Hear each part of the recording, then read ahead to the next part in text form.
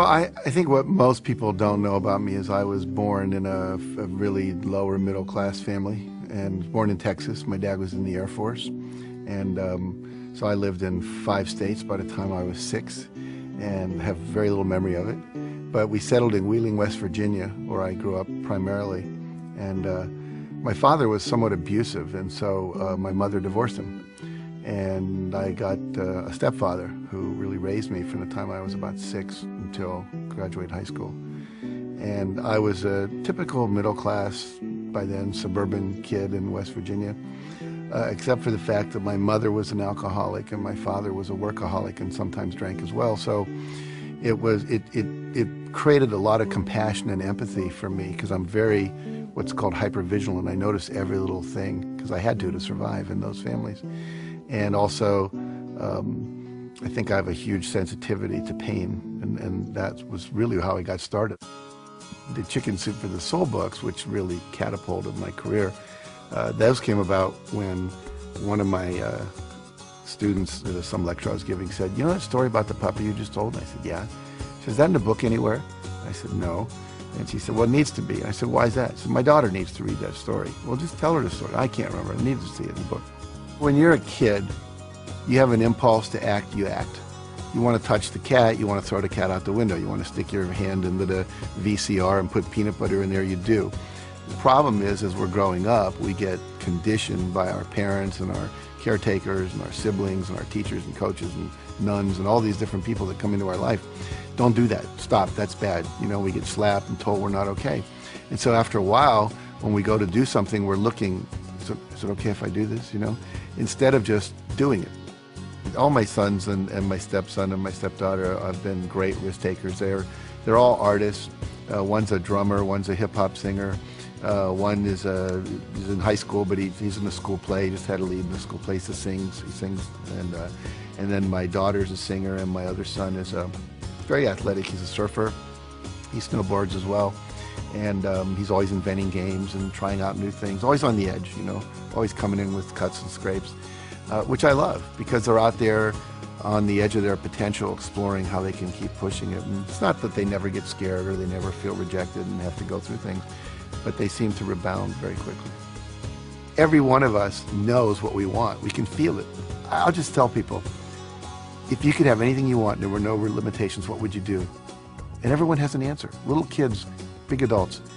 And that's their core essence.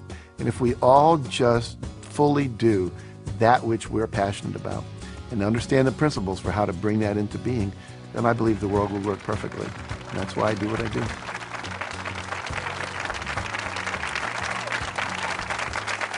Thank you. Thank you very much. Well, it's a pleasure to be here and to share these ideas with you and really help you take your life to the next level, which is what we all want to do, or we wouldn't come out to these kind of events. I'm going to start by sharing with you a number of very important critical ideas. And the first one is this one. There's a friend of mine, his name is Orrin Hudson, and he was the Alabama State chess champion. And he grew up in the ghettos of Birmingham and became a chess champion. Then he was the #1 Cadillac dealer and became a professional speaker.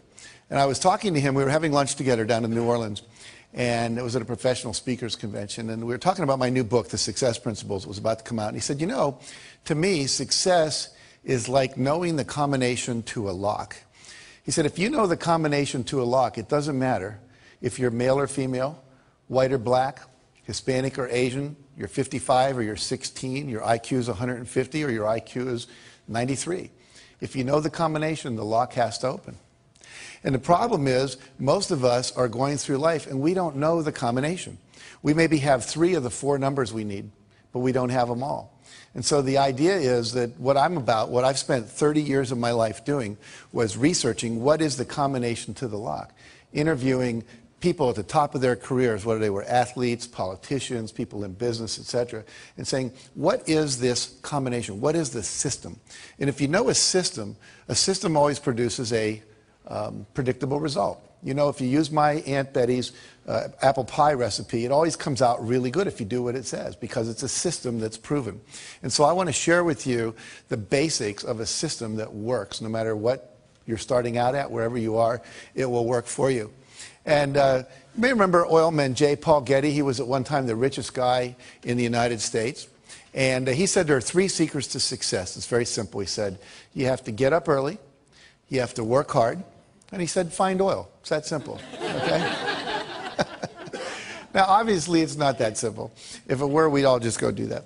And so I wrote this book called The Success Principles, and in it there are 64 principles of success. 64. Now, that's a lot. A lot of people go, you know, that's like too much to learn. So what I've done for you today, we're going to cover about 8, 9 of those principles, the core essence, the necessary building blocks that if you do them, they'll take you to the next level. Now, the promise I always make people is threefold. If you do this work and you apply it to your life, and the key is apply it, not just listen to it, but put it into practice. Number 1, you can double your income. And number 2, you can double your time off. And you can create more balance in between your work life and your family life and have a lot more fun. And you can do that in 3 years or less. Now, how many people here, if you could double your income and double your time off in 3 years or less, would be interested in learning how to do that? Okay, good response. We're talking to the right crowd. So basically, how do we do that? And I first of all want to tell you that it is possible, because a lot of times people go, well, how do I know I can really trust you? Well, I've done it in my own life, and I've taught hundreds of thousands of people to do this around the world. Just a couple of quick little stories here. We work with a company called Remax of Indiana. It's a real estate company. And we taught them these principles. And in the first year, 65% of the people doubled their income. By the end of the second year, over 85% of the people had doubled their income. And the company had doubled its total revenues. And went on, many people tripled and quadrupled their income in 2 years or less, okay? In my own life, here's one of my students, Scott Schilling. He said, I took your training and I learned these principles. And literally, he said, I made 22% of my 365-day salary in just 2 days after working with you. Now think about that. That's 1/5 of his yearly income in 2 years. I mean, 2 days, rather. Look at my own life. I have a Guinness Book of World Records. I had 7 books appearing on the New York Times bestseller list on the same day. Stephen King was the only guy that had 6 before that, and he had done that book, The Green Mile, and it came out in 6 chapters. No one's ever done that since. Here's a check written to me for $1,130,328.35. It's the first check our publisher had ever written for $1 million. He actually put a smiley face in his signature, if you can look real. He was so happy to have to write that kind of check. And that represented 3 months of book royalties for the first Chicken Soup for the Soul books. And that year, Mark and I both made $6 million, my co-author, and I split a $12 million royalty on that. Now, I share that with you not to impress you about me, but to impress upon you if little Jack Canfield, who grew up in Wheeling, West Virginia, and who graduated from the half of the class that made the top half possible, can do this, then literally anybody can do it. It's not about brain power. It's about knowing the principles. Gravity always works. If I drop this, it always falls. It's never floated. Never had that happen in my life. And so if you know the principles, you can use them. Like we can make water flow downhill. All the drainage systems in your house take advantage of that. Gravity works. So what are the principles, again, that work for us? Now, Jim Rohn says you can't hire other people to do your push-ups for you. I love that quote. I can't hire, what's your name? Rob. I can't hire Robin to go to the gym and work out for me and have my muscles get more toned. I can't hire you to meditate for me and I'm going to get a higher consciousness. I can't hire you to do my planning for me at night so my day is more organized the next day. All the things I'm going to teach you are things that you have to do. There are things that no one else can do for you. There are things. You can delegate certain things in your life, but not your health care, not your meditation, not your exercise, not these principles and strategies that we're going to be learning here today. So the first principle, building on that, says you must take 100% responsibility for your life and your results. And what that means is you have to give up all blaming, all complaining, all excuse making, all looking out at the world and saying, well, if the world were different, then I would be better off. Right now, we're all upset about the Chinese and the Indians are using more oil, which is sending the oil prices up, and we wish that wasn't happening. Some of you may love the president we have, some of you may not. We go through all these things where we say, if it wasn't for that, if it wasn't for the war, if it wasn't for him, if it wasn't for her, if it wasn't for the economy, then my life would be working perfectly. But there's a little formula I learned that's very, very powerful, and it really is the basis of everything I teach. It says E plus R equals O. And what that stands for are the events in your life, you have a response to them, and that creates outcomes. And everything in your life that you experience, whether you love it or you complain about it, is an outcome of how you've responded to earlier events. For example, if I put $200 in front of you and you go out and party with it, a month later your net worth hasn't increased. But if I put that $200 in front of you, that's the event, your response is you invested, and then a year later maybe it went up to $250. So now your net worth went up. Same event, different responses. What's your name? Valerie. Let's say I say to Valerie, of all the people I've ever met, Valerie, you have to be the biggest idiot I've ever met in my life. Now, how many people think that would raise her self-esteem? No hands go. How many people think that make her self-esteem go down a little bit? Yeah. See, everyone that just raised your hand was not listening to the lecture called E plus R equals O. It's not what Jack says to Valerie, it's what Valerie says to Valerie when Jack stops talking. She might have said, oh my God, the man's only known me a few minutes, how'd he figure it out so fast? Right? Her self-esteem would go down. Or she might say, Canfield's only known me for a few minutes. He can't really know what I'm like. I'm sitting in the front row. People that sit in the front row are really willing to participate. I've got a good ego structure. You see me smiling at my jokes. Besides, I'm one of the more attractive women in the room. Probably can't keep his eyes off me anyway. Now, if he said that, which way would her self-esteem go? It would go up, see? So if she says that. So basically, it's not what people say to you. It's not what they do to you. The world's just out there worlding. It's not personal. And if you want a different outcome, because E plus R equals O is like 2 plus 2 equals 4, and if you're not happy with 4, you've got to change your response. The word responsibility means you have the ability to change your response to something other than what you're currently doing. And if you would do that, you would get a different outcome. Does that make sense?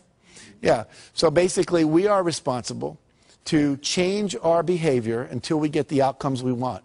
And that's kind of an experiment. You never know if something's going to work or not. Maybe you're distant from your spouse and you try a new communication technique you learn in a workshop and it works. You go, oh, great. Or maybe you try and it doesn't work. Well, there's just about 500 more you could try.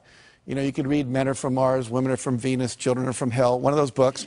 And just kidding. But, you know, there's so much out there, so many good techniques. And unfortunately, most people don't experiment with trying on new ones. Life should be approached as a huge experiment. And you just keep experimenting until you get it right, okay? All right, we talked about that, so we'll go to this. E plus R equals O again. I want to give you a business example. A friend of mine during the first Gulf War was a Lexus dealer, and people stopped coming in to buy Lexuses. They were all watching CNN and CNBC and watching the war on TV. And plus, we were having a minor recession, so people were holding on to their discretionary income. So what happens was, he said to his staff, E plus R equals O. There's a war. People are watching TV. Our responses, we've been doing the same thing. Ads on the radio, ads in the newspaper, waiting for people to come in. Well, they're not coming in. We better do something different. We're not going to go out of business, but we're going to take a huge economic hit if we don't. So they tried 4 things, one of which worked, and I'll tell you what that was. They said, if the people aren't coming to us, let's take cars to where they are. Okay? So they would go out with 5 or 6 Lexuses, and they'd go to a party. What's your name, sir? Tom. They go up and say, Tom, what do you do for a living? I'm an investment banker. You're an investment banker. How's the investment banking business doing these days? Great. Doing great. What's he eventually going to ask me? What do I do? And I'm going to say, I'm a Lexus dealer. And then I would say, have you ever driven a Lexus? Yes. Yes. Did you like it? Loved it. Loved it. You know, we have a new LS400 outside, never been ridden by anyone. It's got the new Nakamichi sound system, quadraphonic sound. It's got the tilt-back mirrors. It's got the new seats that have the air that comes out that can keep you warm or keep you hot, depending on what you need. Would you like to take a little spin with me, see what it's like? Great. So we go and we take a little spin in the Lexus. Now you come back in. Let me ask you a question. How many of you have ever test-driven a new luxury car and then got back in your old car? You know that feeling? You were really satisfied until then. Well, they ended up selling over 60% of the people they did that with a new car within 2 weeks. Because they didn't wait. They tried something different. And if you keep experimenting like that, you'll find the R that works, but you have to be willing to take a risk. And the reason most of us don't do that is we don't want to feel uncomfortable, because all new things require discomfort. I'd like you all to do this with me real quick. Fold your hands like this, and you can do this watching at home, in your hotel room, wherever you might be if you're watching this on a TV set. And notice which thumb is on top, your right or your left. And whatever that is, I'm going to ask you to unfold all your fingers and have the other thumb show up on top. Okay? Don't just move the thumb, but all the fingers are moving. Now, how does that feel? Uncomfortable? Awkward, strange, yucky, wrong, not me, right? Now, what does your body want to do? Go back. Wants to go back, so let it go back. How's that feel? Most of you said better. Tom over here went, oh, like, I'm me again, right? What happens is, literally in life, this is what stops most people from being successful. One of the things is that they would rather be comfortable than do what's required. Anytime you do something different, it's uncomfortable by its very nature. Now, most of you remember learning to drive a car. You were probably awkward. You know, you forgot to hit the clutch when you hit the brake. But after a couple months, you're there driving with your knee. You got a Big Mac in your left hand. You're breaking up a fight in the back seat with the kids with your right hand. No big deal. But you have to be willing to go through that awkward, uncomfortable stage. And most people, unfortunately, won't do that. And so they get locked in what we call their comfort zone. So what I want you to do is to realize that life is an experiment. You have lots of responses that are possible. And I'm going to teach you some of those, new ones perhaps, that you can apply to your success. So there's three kinds of responses. Number one is your behavior, what you do and say out loud. Number two is your thoughts. Number three is the images you hold in your head. Those are the only three things you have any control over in your life. What you say and do, the thoughts you think, and the imageries that you hold inside your head. So we're going to look at this whole area of thoughts for a minute. And I'm going to ask somebody to come up here and volunteer to do a little exercise with me. It'll take about 1 minute. So, okay, great. What's your name? Marianne, very good. Come on up, Marianne. And I'd like you to turn around and face the group. Now, are you right-handed or left-handed? Right-handed. Right-handed. Is your left arm okay? Any injuries going on here? Very good. So what I'm going to do is push down on your arm. I want you to push up, okay? So we'll see how strong you are. Very good. Now, you said your name was Marianne? Yes. So say, my name is Marianne, out loud. My name is Marianne. And then resist. That's a very funny last name. But that's so my name is Marianne. My name is Marianne. And resist, good and strong. Now I want you to make up a name that's not yours. My name is Margaret. My name is Joe. Any name at all, and just say it, and then I'll test your arm. My name is Kathy. Say it one more time. My name is Kathy. And resist. What happened to your arm? It went down. Was it as strong? No. No. And my name is Marianne. Say that. My name is Marianne. And then say, my name is Kathy. My name is Kathy. And without any effort, it goes down. Now, see, when you lie, this whole set of muscles goes weak. Okay? Literally, the whole Michael Jackson trial could have taken about 1 minute. All right? And we would have known one way or the other. But see, the reality here is that your thoughts affect your physiology. We just saw that. The brain wasn't designed to lie. It was designed to perceive truth and organize truth and express truth. Then things work. Otherwise, you're called psychotic or you're called a liar and gets in trouble and so forth. So let's look at one of the lies we tell ourselves. I'd like you to think of something you always wanted to do, Marianne, that you didn't think you could. Like, I can't sing, I can't bowl, I can't skydive, I can't start a business and run a family. You know, anything at all that feels true for you. Okay. It would take me a minute. That's okay. I'm kind of confident. Okay. You got one? Mm-hmm. Okay, can you say it out loud? I can't swim in the ocean out too far. I can't swim in the ocean out too far. So say it again. I can't swim in the ocean out too far. And notice what happens to your arm. Now say, I can swim out in the ocean as far as I want. I can swim out in the ocean as far as I want. One more time. I can swim out in the ocean as far as I want. And resist. Notice what happens now. You're twice as strong. So what happens is when you say I can't, you actually weaken yourself. You weaken your resolve. You actually change your physiology, become less resourceful. You're less capable to actually do the thing you're saying I can't. So it becomes a self-fulfilling prophecy. Do two more quick things with me. Close your eyes and remember a failure experience in your life. You're not going to have to share it with anybody, just to yourself. But you set a goal and somehow it didn't work out. And when you can remember such a time, just nod your head. Okay. You got one? Okay, so I want you to visualize what you saw at the moment you knew it wasn't going to work. There's the pink slip, person slamming the door, whatever it is. And when you have that image, just imagine, just nod your head. Okay, and notice what happens to your arm. Now open your eyes. Did you eat any meals today? Yes. Name one thing you ate.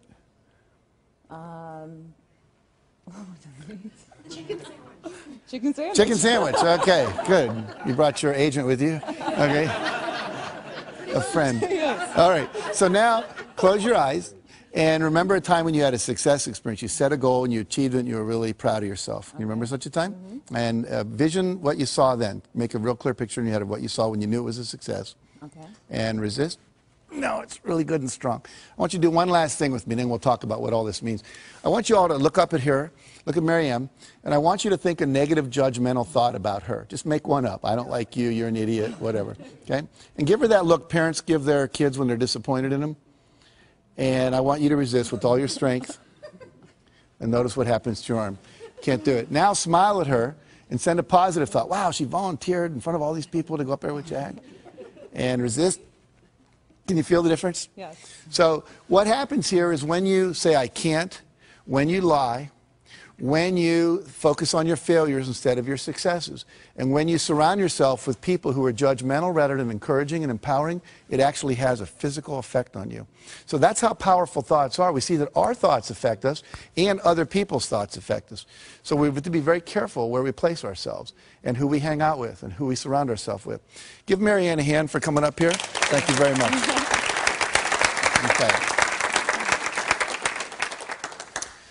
So partly here, we've just done this thing. This is called a kinesiology demonstration. Kinesiology is a fancy term for muscle testing, all right?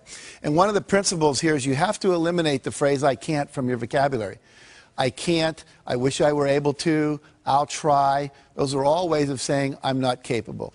And they're very insidious, and it's part of our culture. I actually teach people to wear a rubber band, and if they say something negative about themselves, they just snap themselves when they're aware of it. Not like to really hurt yourself, but just to raise your awareness. In my company, if anyone says I can't or we're not able to, we can't get that done by Friday, you know, they'd say something like, well, we'd need 8 people to do that. Well, great, call a temporary agency. It can be done by Friday.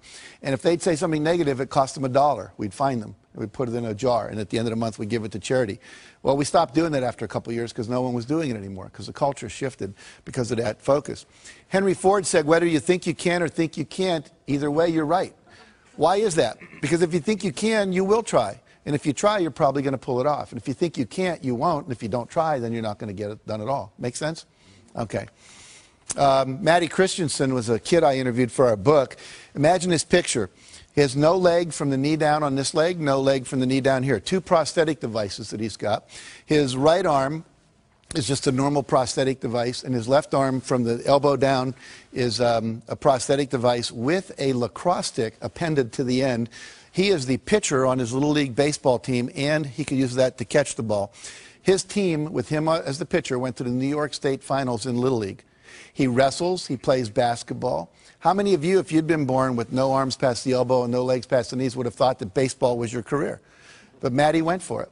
I can tell you story after story. I met a kid named Kyle Maynard last year. He wrote a book called No Excuses. We were over in Ireland together. He has no legs past the knees. He was the #2 wrestler in the state of Georgia his senior year in high school, and now wrestles for the Georgia State University Wrestling Club. Wrote a book on Oprah. He can type 150 words a minute with the stubs of his arms. He can eat with a spoon. I mean, he's the most amazing guy.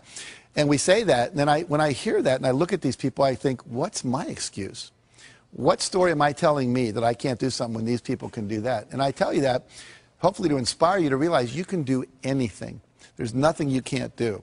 And all those people that are out there that are doing anything that you go, wow, that's great, is just a model for you that says this is possible. And if they can do it, I can do it. He said to me when I was interviewing him, he said, you have to give up all of your excuses. He said, you have to become solution-oriented. You have to move in such a way that you're always solving a problem. He said it was just a problem to be solved because he was so passionate about what it is that he wanted to do. Some of you have seen Tony Robbins on television, and he tells a wonderful story that we put in our first Chicken Soup for the Soul book of being in New York. He sent his staff out. He said, I want you to go find a van because I want to take some food, put it in some baskets, about 30 baskets of food, and we'll go give it to the homeless people up in Harlem. So they went out to rent a van. He came back a couple hours later from some radio interviews. There was no van. He said, where's the van? He said, Tony, there are no vans for rent in New York. They're all being used. It was Thanksgiving weekend. They'd all been rented up. He says, well, why didn't you just go get one from someone else? I said, Tony, people own them. They're using them. He says, come on. And they went out on the street, and the first van that came by, Tony jumped out in front of it like this and started going like that. Now, Tony must be, I don't know, 7 foot, 8, 10, whatever. He's big. And he said, I learned something about New Yorkers that day. He says, they don't stop. They speed up. So he said that strategy wasn't working. E plus R equals O. We need a different response. So they went to where the cars had to stop, called a traffic light. And then he'd knock on the window and they'd roll it down and he'd say, hi, I'm Tony Robbins. You may know me from TV. But even if you don't, what we're trying to do is rent a van and, find a van. We're glad to pay you to rent it. And we'd like to just get some food and drive it up to Harlem and give it to some homeless people. And they would all say, I don't want to go to Harlem. It might not be safe up there. And so this went on for a half hour. And finally, Tony's staff said, Tony, give it up. It's never going to happen. We're not going to get a van. Let's go eat dinner. And Tony said, that's a terrible attitude. We are going to get a van. It's just a numbers game. Well, another half hour went by. And Tony knocked on the window of this one van. The window went down and told him a story. And the guy said, jump in. And as he jumped in, the driver reached over and picked the hat up off the seat that Tony was about to sit in, the passenger seat, put it on his head. It said Salvation Army. Turns out the guy was the head of the Salvation Army, Captain John Runnan, for all of New York City. And they went and they bought the food, and he said, look, there's a worse place even than Harlem. It's called the South Bronx. Let's go there. And so they went and took 30 baskets of food to people living in these, literally abandoned houses. And he said, we lifted a lot of lives. He said, but more importantly, I raised the consciousness of my staff that day, and they realized there's always a van in New York City. But let's look at what some of the principles are of success that are contained in that story. Number one, Tony had a clear intention. You must know exactly what it is you want. You have to have a goal. You have to have a vision. Number two, he had a positive expectation. He fully expected to get it. Pete Rose, the great baseball player, said, he was interviewed once, he said, when you go up to bat, how often do you expect to get a hit? He said, every time. He said, if I'm not expecting to get a hit, I shouldn't be standing there. And you don't always hit it, but you want to come from that expectation level. He never gave up because he fully expected the result was going to happen. It was just a matter of time. Number three, he took action. Because a lot of times you have great ideas. I was just here today, a guy was talking about, we were talking about horseback riding, and he said, it'd be neat if they made those gel things they put in the feet to put on the saddle of horses, because your butt gets sore when you ride a horse. And I said, that's a great idea. And he just passed it off. I said, no, you ought to do something about that. How many times have you had a great idea, didn't do anything about it, and then a year later someone did something about it, made a lot of money, got the promotion, etc. So when you have the idea, the inspiration to act, it's time. Act. And you don't have to know it perfectly. You can drive from here to California, wherever you might be, assuming you're not in Hawaii, by going west. And what happens is that you don't have to see the whole route. You only need to see 200 yards ahead of you. At night, you can drive just with your headlights, and the headlights keep moving with you. And your goal in life is to get in the game. You don't have to see the whole blueprint. You just have to see the next steps, the next steps, the next steps. And if you keep taking the next steps, eventually you get to where you want to go. Does that make sense? And then he persevered. He never gave up. Some people give up too soon. We were rejected by 144 publishers when we did Chicken Soup for the Soul. Most people don't know that. What if we'd have stopped after 100? Said, well, this isn't going to happen. I wouldn't be standing here talking to you today. We just kept on going until we got the result. It took us a year and a half to sell that book, but we sold it. Now, the last thing is called law of attraction. We believe that when you are vibrating at the level of 100% expectancy that you're going to get something, it's already a done deal. Piece of cake, no big deal. We're going to win this thing. We're going to get that contract. I'm going to make this thing happen. Then what happens is the universe literally responds. And we're going to talk about this a little more later. Now, who was the most perfect guy to come in a van for Tony? Could anyone be more perfect than the head of the Salvation Army who knew all the places in New York and was committed to doing this? Well, they had to wait for an hour because he wasn't there yet. See? So sometimes when you're doing this, you're putting on it the vision of this should happen by this date. It's okay to set goals like that, but sometimes it takes a week longer, a year longer, whatever. But law of attraction says if you'll just hold the expectancy, like attracts like. If you say, I want to be a millionaire, but I don't know anyone that would ever teach me how to do that, or I want to buy a car, but I don't have any money, then what you're doing is saying, it's like calling up Domino's Pizza and saying, send me a pizza, then calling them up a minute later and saying, never mind. It's like, you've got to create the space mentally to hold this vision that you've got. And that requires expectation and then knowing that the perfect thing is on its way, just as it was in that situation for Tony. In the Success Principles, I write about a woman named Catherine Lonigan. Catherine Lonigan went off to college. She wanted to be a writer, and she took her first writing class, and she got an F. And she went to see the teacher and said, why'd I get an F? He says, because you can't write. She says, well, I'm on a scholarship, here to be a writer. I came to be in the creative writing program. I was the editor of my yearbook, editor of my school newspaper. I wrote a play that was performed in high school. They told me I was gifted. I said, well, you're not. He said, if you stay in my class, you're going to flunk it. And if you flunk my class, you'll lose your scholarship. And she said, well, what do I do? He said, I'll make a deal with you. If you promise never to write again, just, history papers and stuff, but you're not going to try to be a writer, I'll give you a passing grade. You'll keep your scholarship, change your major. So she did. I called it, she made the deal with the devil. 15 years later, she's down in Texas. They're making a movie at the next town over, and down where she lived in Texas, people would show up at the gas station after it rained just to see the oil slick. It was kind of boring there. So she said, wow, they're making a movie, let's go. So everyone drives over, and everyone's talking to the movie stars. She's talking to the writers, saying, what's going on, what's happening? And why are you interested in us? Why not the movie stars? Well, I always wanted to be a writer. And the guy said, BS, if you wanted to be a writer, you would have written. She said, I was told on good authority I couldn't write. He was a Harvard professor visiting our campus that year. He said, that's BS. He said, what I want you to do is go write something, send it to me. I'll tell you if you can write. I do it for a living, I know. So she goes and writes a book, sends it in to him. He sends it to an agent in New York, and they publish it. Her next book was called Romancing the Stone. The book after that, Jewel of the Nile. Both made into movies with Michael Douglas and Catherine Turner. So what's the deal here? 14, 15 years of her talent wasted because she bought someone else's evaluation of her. My friend Terry Cole Whitaker says she wrote a book called What You Think of Me Is None of My Business. You know? Do not let other people's evaluations of you control you, okay? It's just an E. Your response is, thank you very much. You keep pursuing your passionate dream, okay? Now, another principle is you've got to drop out of the Ain't It Awful Club. What does that mean? It means you have to surround yourself with positive people. We saw when Marianne's arm went down up here when you all did negative thoughts about her. And how many of you, think about this, where do you spend your time? Is it with positive people or is it with negative people? You have to be very careful about where you put yourself. Jim Rohn said, again, you're the average of the 5 people you spend the most time with. Who do you spend the most time with? They're a mirror back to you at what level your life is actualizing at. If your friends are victims and their lives aren't working and their marriages don't work and they're not making money, that's a reflection back. If you're working out with people and hanging out with people that are at a higher level, then that's a reflection back. And what I teach people is always try to get with the people that are the next level up. You're making $50,000 a year, you want to make $100,000, find some people making $100,000 and spend some time with them, however you have to do that. You know, if you want to be more spiritual, go to some spiritual retreats where spiritual people hang out. Get in their space, learn what they do, how they think, etc. We had a story in the second helping of Chicken Soup for the Soul. Carl Coleman's driving to work when his car collides with another woman's car, and they get out, and she's crying, and he's like relieved. This is a minor fender bender. Why are you crying? She said, you don't understand. This is a brand new car, 3 days from the showroom. How am I going to explain this to my husband? He said, well, I'm really sorry about that, but we need to get your registration, your driver's license, your insurance record, so we can, you know, exchange that data so we can file our accident reports. So she goes into the glove compartment of her car, opens up the manila envelope and everything's in. And on top of that, there's a message written in handwriting by her husband. And it said, in case of accident, remember, honey, it's you I love, not the car. See, the women all go, oh. The men are thinking, yeah, right, I don't know about that. But why do we all go, oh? We all go, oh, because that's what we want in life. We want someone to love us more than anything else, especially things, vases that have been in the family for 3 generations, the white carpet, your special sweater, whatever. And when we know that we're loved unconditionally, then you feel safe. And when you feel safe, you get creative. And when you get creative, you come up with ideas that can quantum leap your success. So that's why it's so important. Number 2, success principle, that's really the core principle here, is decide what you want.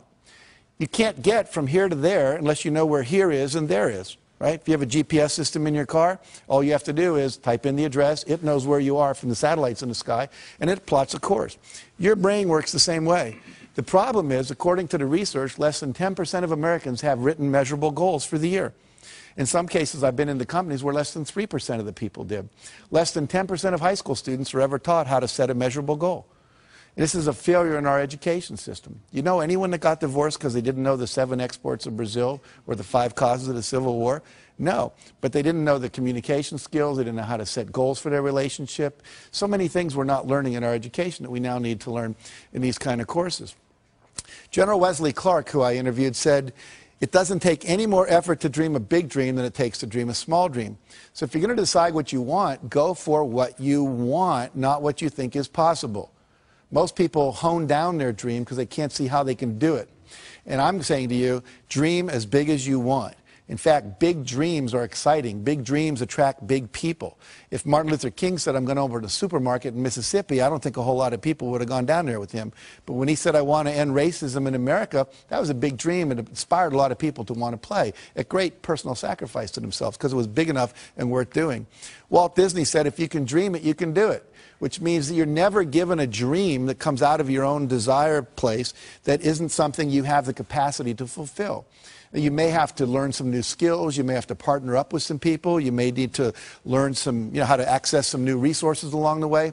But all of that is possible if you'll simply dream the big dream. Because the dream doesn't come unless the capacity to achieve it comes with it. Does that make sense? Okay, so trust your dreams. Now, there's 7 dream categories or vision categories that you need to focus on to create a balanced and fulfilling life. Success means having all of this stuff, and I want to walk you through these. Number 1 is financial. What are your goals for your money? How much money do you want to make? How much net worth do you want to achieve? How much money do you want to have when you retire? If you own a business, you have cash flow goals, you have money in reserve goals, you have profit goals, etc. And so we need to have goals clearly set in that arena. Number 2, business and career. What's my ideal vision for my business or my career or my job? You know, I was a high school teacher, and at a certain point I realized I wanted to teach teachers because I just thought I could impact more people. Then I became a teacher trainer. I trained people how to train teachers. And now I'm teaching, you know, on television around the world. So it kept growing. The goal changed, but it was always like, you know, what is it that I want to be doing with my life in relation to my business and career? Number 3, fun time and recreation goals. One year our fun time goals, my wife and I, was learn salsa dancing. This past 2 years I've been learning to play the piano. My goal is to play Jesu Joy of Man's Desiring as well as Bach could have played it when he wrote it. I'm not there yet, but I'm working on it. And so, you know, one year was to go to the Eiffel Tower. We took our kids and we walked up as far as they let you walk, which is about 2/3 of the way up there. Number 4, health and fitness goals. These are things like weight you want to achieve, cholesterol levels. Maybe you want to run a 10K or a marathon. There's just so many possibilities in that arena. Maybe you want to, you know, have your waist come in by a couple inches. You want to grow some hair back. I mean, there's just a number of things you can decide about in that arena of health and fitness. Number 5, relationships. What would your ideal relationships look like? One year I decided I didn't have enough male friends. So I created this thing called Boys Day Out. I'd read this article about Kenny Rogers, the singer, and he brought all these athletes down to his ranch in Virginia, and they would spend a week playing all these different games, tennis and soccer and basketball, and I thought, well, I can't do that, but a day a month would be cool. So I asked a bunch of guys that had control of their schedule, lawyers and psychiatrists and people like that, and we created this day, and we would do guy things. We'd pitch pennies, throw baseball cards, play soccer, go to the racetrack, do ice hockey, broom ball. I mean, you name it, we attempted to do it. And it was really a lot of fun. And all of a sudden, I had the guy energy that I needed in my life. Instead of just complaining about not having it, I said, what's my goal? I want this many men friends, and I set out to create it. Number 6 is personal. And this is just things you want to do because you want to do them. You want to write a letter and get it published in the newspaper. You always wanted to act in a play, just, you know, because you thought it'd be cool, or record a song. Or this could be where your personal growth goals, your spiritual growth goals are. You know, you want to reach enlightenment before you die, learn to meditate, you know, get to know a closer walk with God. Whatever it is for you, that's that arena. And finally, contribution and legacy. What is it that you want to leave to the world? What's your vision of your contribution that you leave behind? You know, we've planted over 1 million trees through our work we do. We've given over $3.5 million in the last couple of years to all kinds of charities, limbs for kids that have lost them, child abuse prevention, so forth and so on. So we picked 5 or 6 areas. We said, we want to make a difference there. Habitat for Humanity, we built some houses and so forth. So what is it you want to do? Pick one thing in your vision and go for it. Now, if you had success in all these arenas of your life would be balanced, your life would be fulfilling. And here's the neat thing. Nobody can tell you what you should want in any of those areas. It's what you want, not what your mother, your wife, your pastor or anyone else says you ought to have, but what do you really want to achieve in your vision? And I usually ask people to look 5, 6 years out about that. You can look farther if you want. And then to write down, you know, all the details, like you're putting in a purchase order to God, okay? All right. Create a breakthrough goal. This is a thing you want to do where you create a goal that's going to quantum leap your career. So something that if you like wrote a best-selling book, that would be a quantum leap goal. Had your own radio show, that'd be a quantum leap goal. Opened up China as a market, that would be a quantum leap goal. And it's a goal that would not be like a 5-yard play, but like a 50-yard pass play on the first down. And so what you're going to do is set that goal. And here's some examples of past clients of mine. Create a $10 million revenue stream through internet sales. Create my own 30-minute talk show. Get our products sold on QVC. Secure a $10 million line of credit for their company. Teach a weekly holistic health class for the public. And become a wellness coach for a major corporation instead of continuing being a doctor on call all day. And what you do is with your breakthrough goal, once you've decided what that is, you do something we call the rule of 5. Write your goal on your business card and carry it like I carry mine in my wallet at all times. And then once you've done that, every day you're going to do, this for this year, it says, I'm joyfully celebrating 15,000 people having completed the Canfield Success Principles coaching programs. What that allows me to do is have you all get value without me having to leave my house, see? And that's a breakthrough for me, so I could travel less, be home more, etc. And with the breakthrough goal, we say the rule of 5. That means every day you do 5 specific concrete actions to move that goal forward. You're not going to do that in all 7 arenas of your life. It's just too time consuming. But if I wanted to be a best-selling author, then maybe I write for so many minutes. I do some interviews each day. When we brought out Chicken Soup for the Soul, we sent out 5 free books every day to people that could promote that book. One day we couldn't think of anyone to send it to. We sent it to the O.J. Simpson jury, and we gave them each a book. And about 5 days later, they're all walking into court carrying Chicken Soup for the Soul. And the cameras were all going, made national news. And so if you just do something every day toward that goal, there's something called the law of probabilities, which says the more things you try, the more likely one of them will work. They may not all work, but if you only try 2 things, the law of probabilities is not on your side. Try 100 things, one of them is likely to hit. Does that make sense? Okay, good. Mentioned we did that. And this book, which was rejected by what? I told you, over 144 publishers, went on to sell 10 million copies in 41 languages because we did 5 things every day. We did not hit a bestseller list until 14 months after the book came out. 14 months. And most people would never sustain it that long. And it's kind of like the universe tests us, I think. How committed are you? How badly do you really want this? And if you go for it and do the rule of 5. Bill Bradley was a great basketball player, played for the Knicks, he was All-American at Princeton. In high school, he was an All-American. Every day, he'd find 5 spots on the basketball court, and he would have to shoot 15 in a row before he would go in. And sometimes he'd be out there 2 hours after everyone else had showered and gone home. He did that all through college, all through his professional career. What happens? He goes on, becomes NBA Hall of Famer, later senator from New Jersey, because he was willing to prepare. You have to be willing to do the work as well as dream the dream.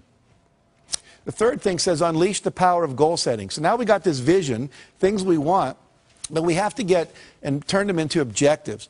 And they have to become measurable in time and space. And the key words here are how much by when. I want a big house. Well, what's big? For some people, it's 4,000 square feet. For Bill Gates, it's 35,000 square feet. It's a real different definition of what big is. And by when do you want it? Well, I would like it by June 3rd, or 2007, or I want it by January 5th, 2010. Be very specific. Now, we said it may not show up exactly then, but the more specific you are, your brain will figure out what has to happen to get it to happen in that time frame. So here a person says, I'd like to increase my income. They're better off if they say, I will earn $200,000 by 5 p.m. December 31st. I'd like to spend more time with my husband. Well, I will take 3 long weekend vacations and 1 2-week vacation with my husband by November 30th at 5 p.m. Much more specific. Now the brain knows what to do, okay? I'd like to spend more time with my wife. I'll take ballroom dancing lessons with my wife for 12 weeks from September 21st to December 21st. As soon as we get specific, there's a part of your brain that starts calculating what to do. If you call a travel agent and say, want to go on a trip, what's the first thing they ask you? Where do you want to go and when do you want to go there? And until you tell them that, you're stuck. And your brain works the exact same way, that little GPS system. I'm going to lose weight and get fit. Needs to be, I'll weigh 190 pounds or 140 pounds by a certain date. Make sense? Again, less than 10% of Americans do this.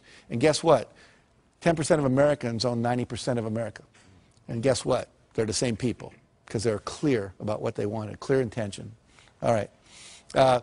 Next area is images. We now know that your body cannot tell the difference between a real event and an imagined event. Okay? If I were to have you close your eyes and imagine you were standing in the middle of a very small terrace on top of the tallest skyscraper in the world, you'd start to have queasy stomach and your hands would sweat because your body would really think it was there, even though you were safe in this room. Now, we can use that principle to our advantage to create success by using this power of visualization.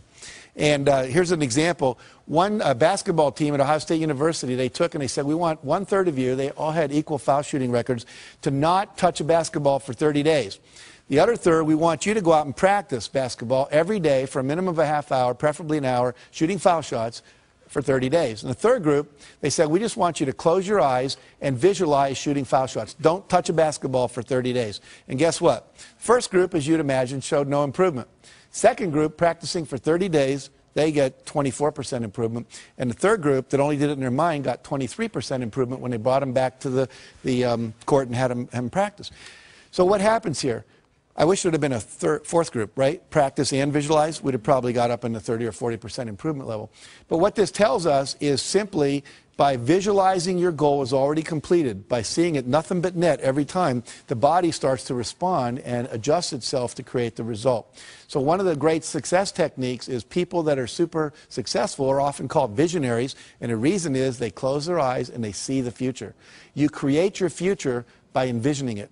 Okay? And I recommend you do that every day at least twice, once in the morning when you get up and once before you go to bed.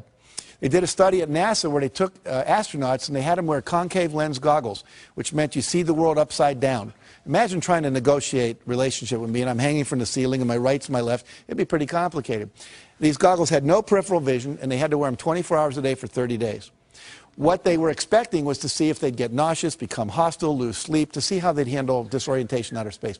What they hadn't predicted was that about 25 to 30 days into it, every one of the astronauts, their brain flipped the image right side up again.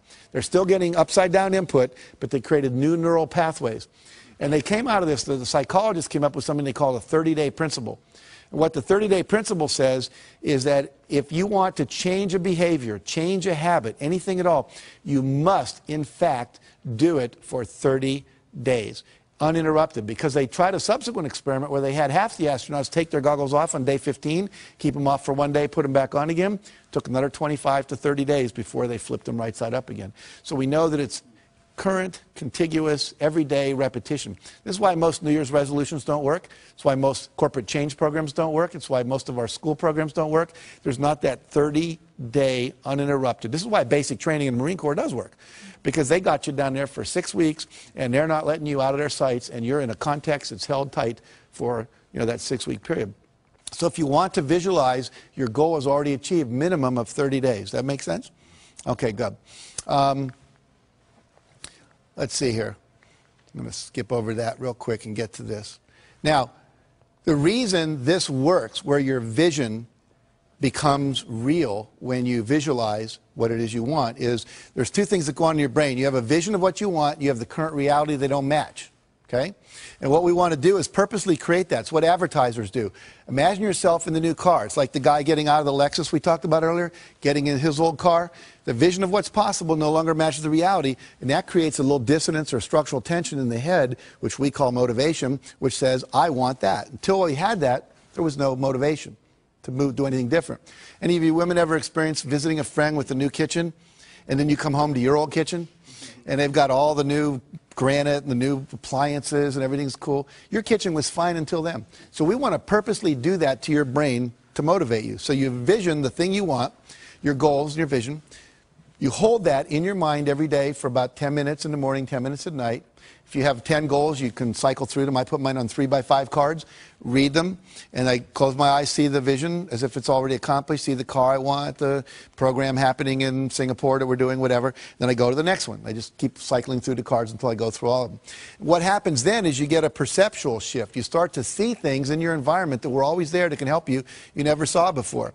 You get expanded creativity. You start noticing that the things that you want, you wake up in the middle of the night, you're in a shower, you start going, oh, that's how we can do it, that's how we can do it, that's how we can do it, that's how we can do it. And unfortunately, most people aren't having those kind of breakthrough ideas because they're not holding the vision. The third thing that happens is you have increased motivation. You'll find yourself doing things just out of nowhere, boom, you get up and you do something, like volunteering. Sometimes people do. That's not like me, but you just do it because you've been holding this that creates it. Now, what happens is that then creates the action that you need to have for the result to occur. Now, I want to show you how this perception shift occurs because this is magical. There's a sentence up here, and we're all going to read this on the count of 3 out loud, if you would. 1, 2, 3. Finished files are the result of years of scientific study combined with the experience of many years. Very good. Now, I'm going to put that back up, and we're going to time 10 seconds on my clock here. I want you to count the number of times the letter F appears. How many Fs are there in that sentence, okay? And when you do this, keep it to yourself. Don't say anything out loud, all right? So here we go.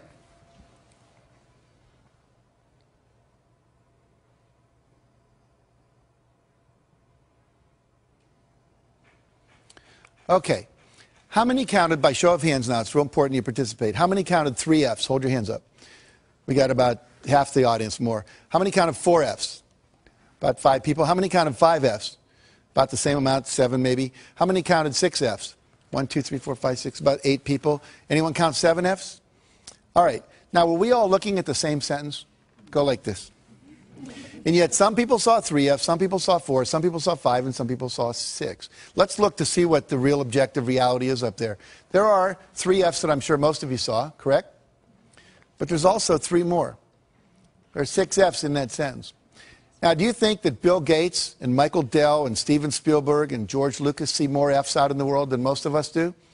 Yeah, these are resources. These are possibilities. These are options. These are people that can invest. These are people that can give a good hug. When you visualize what it is you want, it opens up your perceptual filter to let in more information. Right now, you're not aware of what you're feeling in your right foot, but as soon as I say it, you can all feel it. It was getting filtered out by a part of your brain called the reticular system. You are filtering out resources and solutions to your problems all day long. And the only reason you're filtering them out is because you've not had an image in your head that you are going to solve those problems and get those results. Once you do that, it programs this part of your brain called the reticular activating system to open up and let in more resources, to let you see. You'll only see enough to match your vision. If you think you're a $100,000 a year person, you're going to see just enough to make you $100,000 a year. If you think you're a $300,000 a year person, you're going to see just enough to do that. Your perception is controlled by your beliefs and your goals, okay? So it's critical that we change all that. Now, let me give you just a couple more principles. I'm going to kind of speed through these like the last 500 years of European history, you know, when the last lecture you had in college. But I want you to get the whole model here because it's important. So we've got a vision. We've taken 100% responsibility. We've got some goals now. We've made them measurable, okay? We're now visualizing those goals every day. The next thing that needs to happen, I'm going to demonstrate by giving away something here. See if I can find it right here. Okay, I have a book here. It's my book. It's called The Success Principles. And I've sweetened this by putting in as a bookmark a $100 bill. Okay, that's real money. And I'm going to give this away to someone here in the audience to illustrate the next principle. Who would like this? Okay. Marianne, good job. Now, what did only 5 people in this whole room do that no one else did? They got off their butt and they took action. And so the next principle is you must take action. When you start visualizing your goals and this GPS system comes in, you're going to start getting little roadmaps, and we call them inspired actions. You're going to start getting inspirations to act. You must act on them. I've had people, sometimes nobody gets out of the audience, and then I'll ask them, how many of you thought maybe what you ought to do is get out of the audience? And like half the hands go up. I'll say, what stopped you? I didn't want to look like I needed it that much. I didn't want to get up there and have me be wrong and look foolish, you know. I didn't want to like get there second. I thought maybe you weren't really going to do it. I'd look like an idiot, you know, whatever. They have all kinds of excuses. Those are the same excuses they use in their life not to take action on their dreams. So you must take action. But here's the problem, or the challenge. Not every action is going to work. Goes back to E plus R equals O. We have to experiment, right? So if not every action is going to work, you have to take action, and then you have to assess, did it work? And here's the next principle. Ask for and respond to feedback. Ask for and respond to feedback. Let's say that I was married here. What's your name again?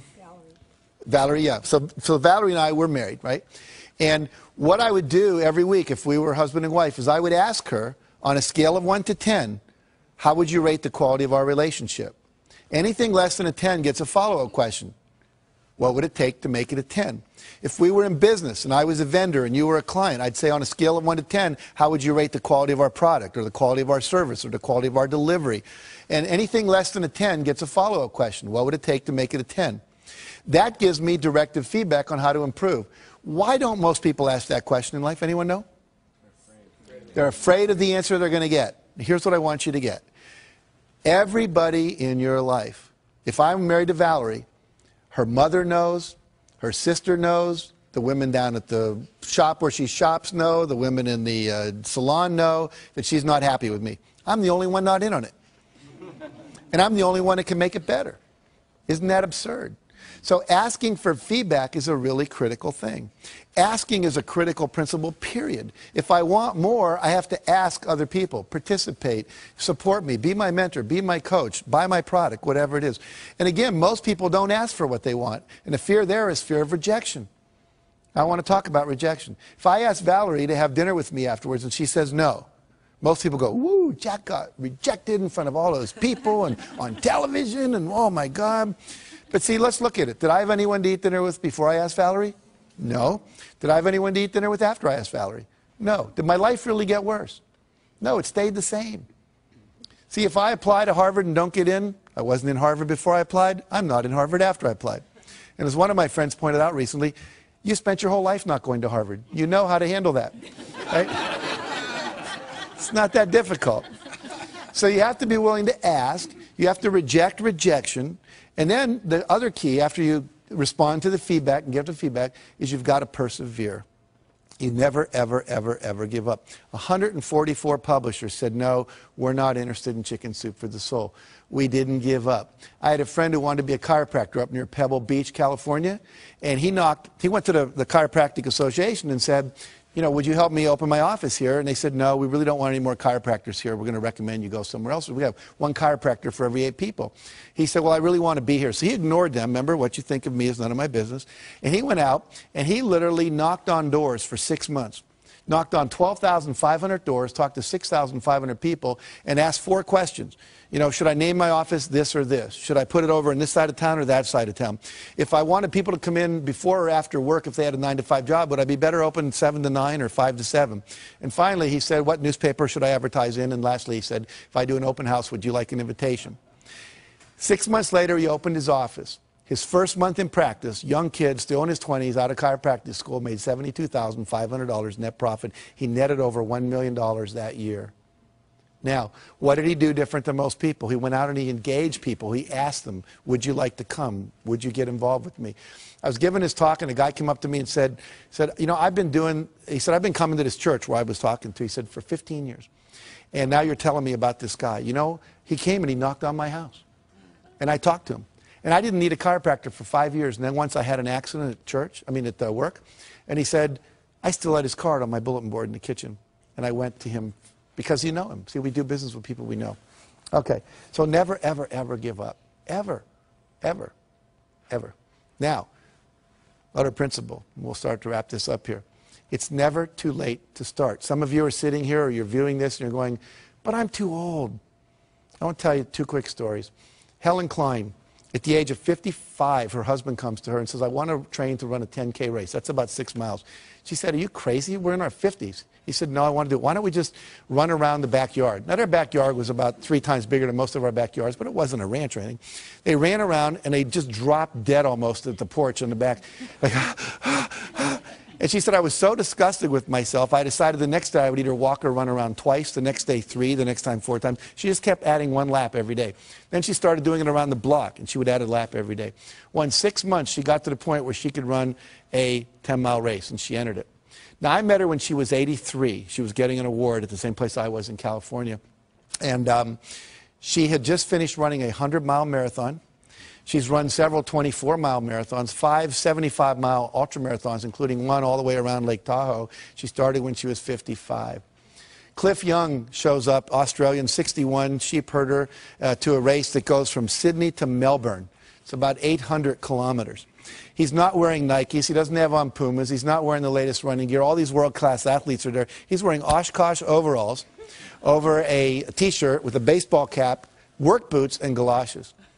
And they're all laughing at him, like, you crazy? Is this some kind of publicity? So he says, no. He says, what running experience do you have? He says, well, I chase the sheep around. We don't have a horse or anything, so when, you know. Anyway, they take off, and they're going crazy, and they're running and running and running and running, and he just kind of starts shuffling off like this.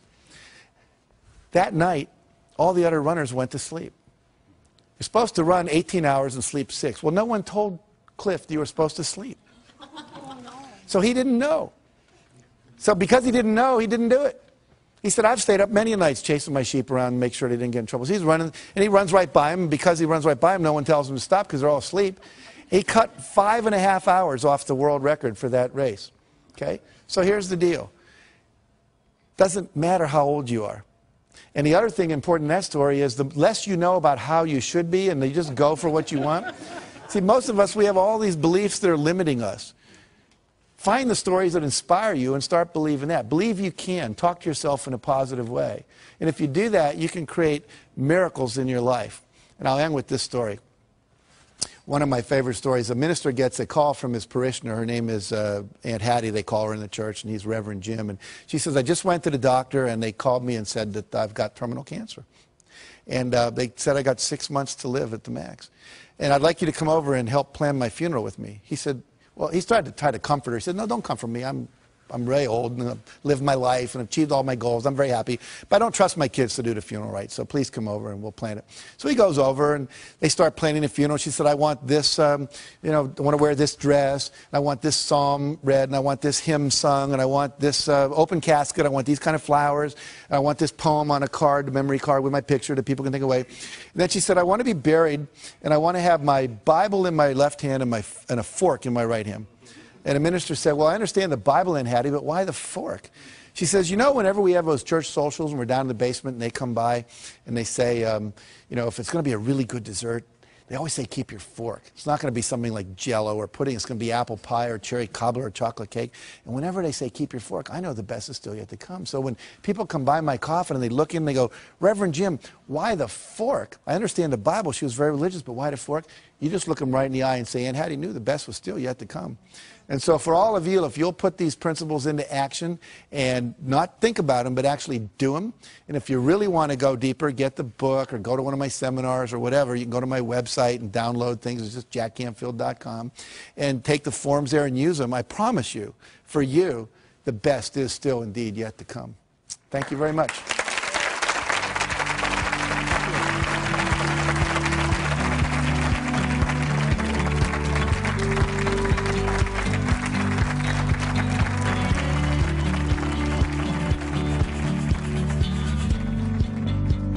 If you've got goals, you got a vision of what you want to get from where you are to where you want to be, you're going to have to take some steps, and a couple of those may be uncomfortable. And so what? You can either sit there and justify where you are and rationalize, and I love the word rationalize, they're rational lies to justify your current reality, or you can do what's necessary to create what you want. And the people that create what they want tend to be happier, tend to be more fulfilled. Which do you want? I pick happy.